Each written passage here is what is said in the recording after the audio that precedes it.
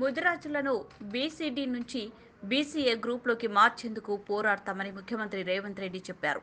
మంచి లాయర్లను పెట్టి సుప్రీంకోర్టులో కేసు గెలిచేలా చూస్తామని హామీ ఇచ్చారు.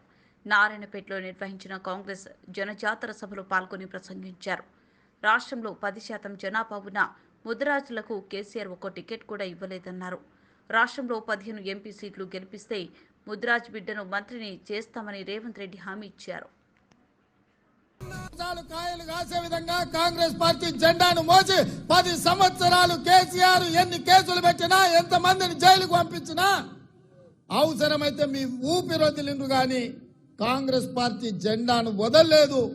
మీ భుజాలు కాయలు కాసే విధంగా ఇవాళ మహబూబ్ నగర్ పార్లమెంటు నియోజకవర్గంలో 7 అసెంబ్లీలు గెలిపించి 7 మందిని ఎమ్మెల్యేలు చేసిండ్రు.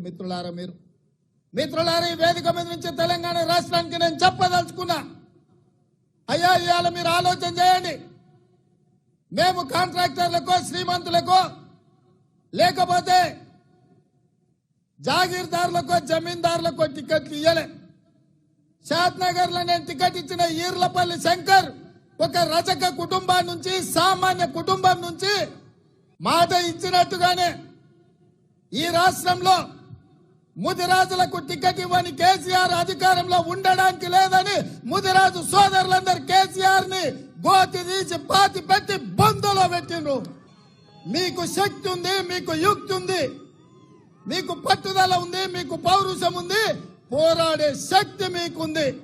ఇదంతా సంఘటితమై మీరందరూ ఏకమై తెలంగాణ గడ్డ మీద కాంగ్రెస్ కు 14 సీట్లు ఇవ్వండి. మీ బిడ్డను 15 ఆగస్టు తిరిగే లోపల మంత్రిని చేసే బాధ్యత నేను తీసుకుంటా. మీకు మాట ఇస్తున్నా అని చెప్పి నేను ఈ వేదిక మీద నుంచి మీకు చెప్తున్నా మిత్రులారా.